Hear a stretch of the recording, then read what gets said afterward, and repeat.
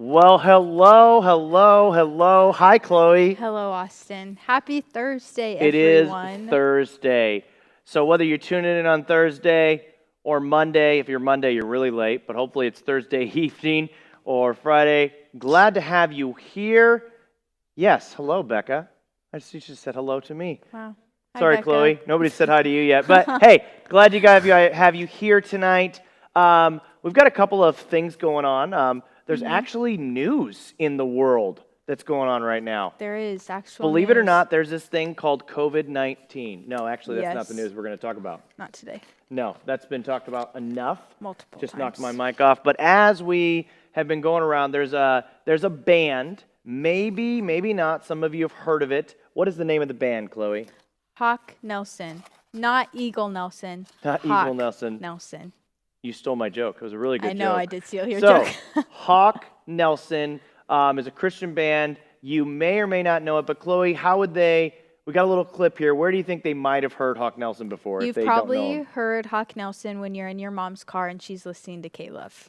So does that mean that only their mom? Okay, we'll leave that Maybe there. you've listened to it by yourself Yeah. too, and that's okay. We can go with that. So, but here's a clip of one of their songs you've probably heard if you're unsure who they are.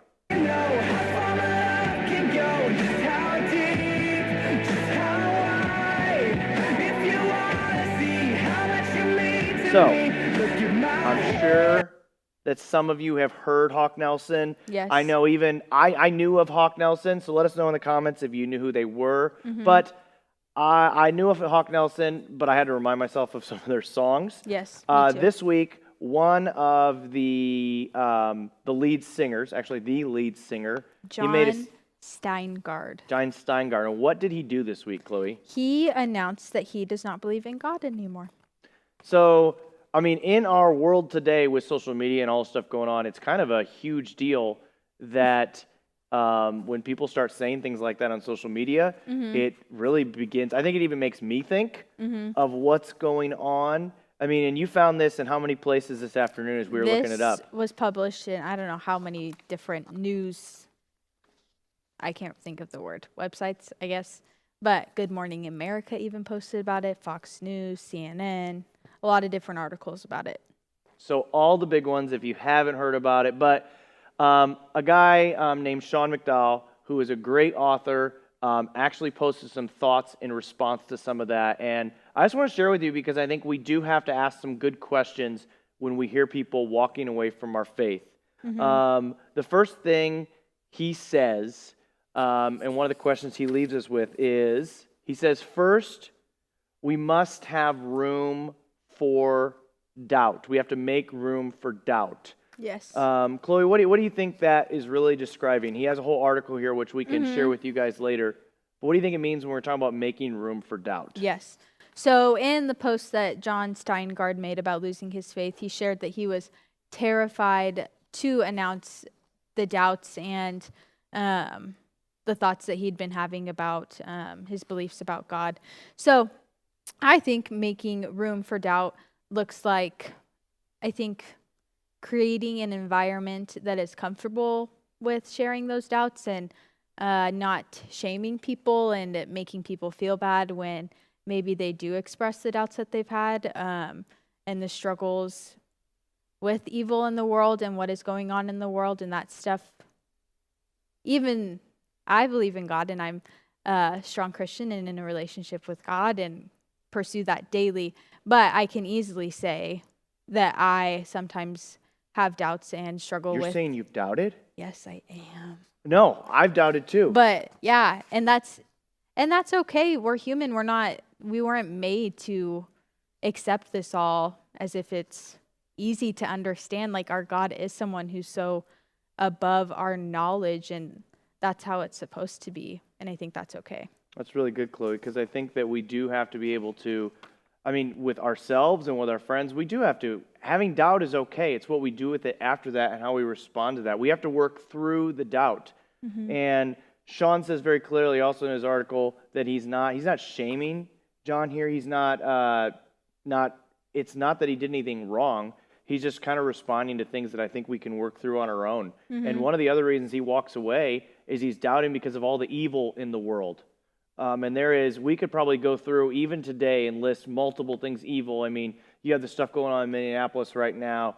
We've got racism. We've got COVID-19 and people dying from that. We've got all this stuff going on everywhere. And I think we have to figure out, really asking ourselves, what does this mean, and what do we do with that doubt and that fear, and really come back to God. And that comes to his second point. He says we have to help people develop a faith rooted in truth. And I think one of the biggest issues that I struggle with as a youth pastor is making sure I'm always pointing you guys back to, it's easy to sit here and say, you know what, always go back to the Bible, always go back to Scripture, because I believe that's where we should have our faith rooted in and like where it should start.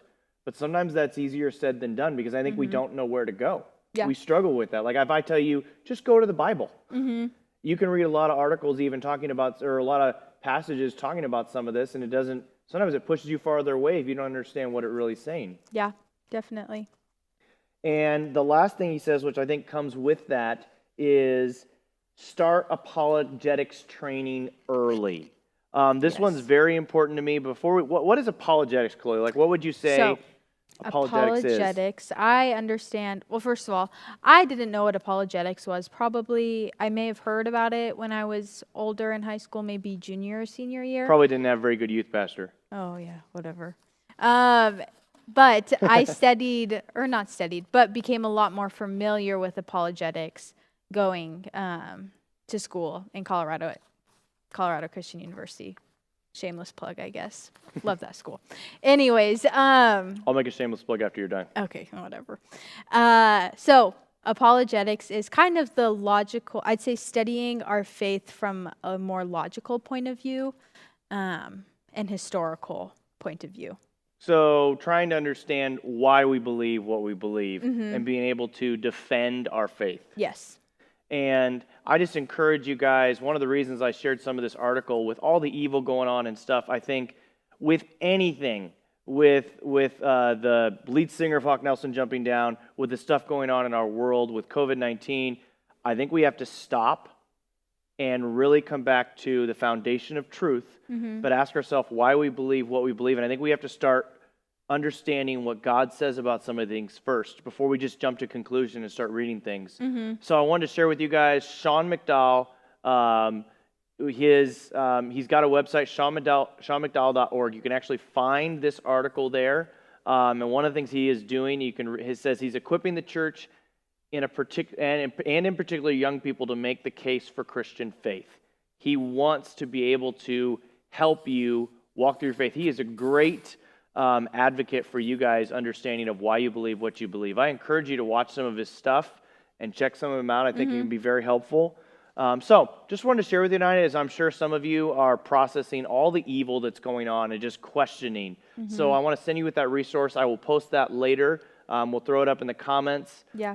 But also we are... One more thing, actually, I'd like to add to that. Go ahead. I encourage you guys, if you are struggling and having doubts, to do research and maybe look at articles that Sean McDowell has written, or maybe other famous apologists. Yeah. For example, Ravi Zacharias. I don't know if you guys know who he is, but he recently actually just passed away, I think about a week ago or something. So great resources. And also, I would encourage you guys to reach out to someone that you trust, that you could share those maybe doubts and struggles with the world with. But with that, I would make sure you reach out to, it doesn't have to be me, but reach out to somebody that you know that has the biblical knowledge that can answer that. Because I feel like there's also so much information online. You can Google anything and find an answer for anything. Doesn't mean it's necessarily right. Yes. I mean, I could pretend I'm a great apologetics and start writing stuff online. But, so just encourage you guys to check out that. Make sure you understand where the source of that information is coming from. Yes. But we are talking about reopening. We would love to have you guys here. Yep. Because believe it or not, how much fun this looks that we're sitting in chairs playing games. Chloe loves it more than I do. But we want to have you guys back. So we created a little reopening survey. I created it all by myself. So we Which is wanted to make exciting. that clear. If you see anything wrong with it or anything going, no, Chloe It did. looks She helped great. make a great survey for us. So you can go on to the church's website, www.scnaz.org. We're going to post it on our social media, on our Instagram, and our Facebook, and you're going to be able to see that there. We'll throw it up in the comments. But if you go onto our social media or onto the website, you can go down to the youth section and say, take reopening survey. It tells you to do that. For youth group. For youth group.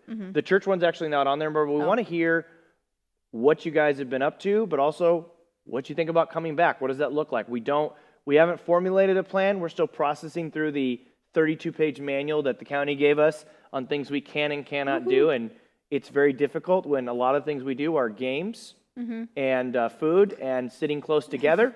Yep. They kind of eliminate and nix most of the great ideas. Yep. Unless you want to play a game where we sit 6 feet apart outside and don't come closer. Yeah. So, working on that, check out the survey. If you haven't heard, the church is coming back together on June 7th. June 7th. It's going to be, you can find information on the website on that. But wanted to let you know we are working on that. We're working on some great ideas. There's also a spot in there if you have an idea. Yeah. We are making this up. Let us know. We want to hear them. Yeah. So we're going to be starting a new series on Sunday night. Hopefully be able to talk about some of this evil going on in the world. Hope be able to work with that with some of you guys. We're going to have a great game, some giveaways. Hopefully you'll tune in Sunday night at 12 a.m. and join us here. Is it 12 a.m.? No, Sunday at 4 p.m. Sunday at 4 p.m. That is 4:00 p.m. What does p.m. stand for? I have no idea. Okay.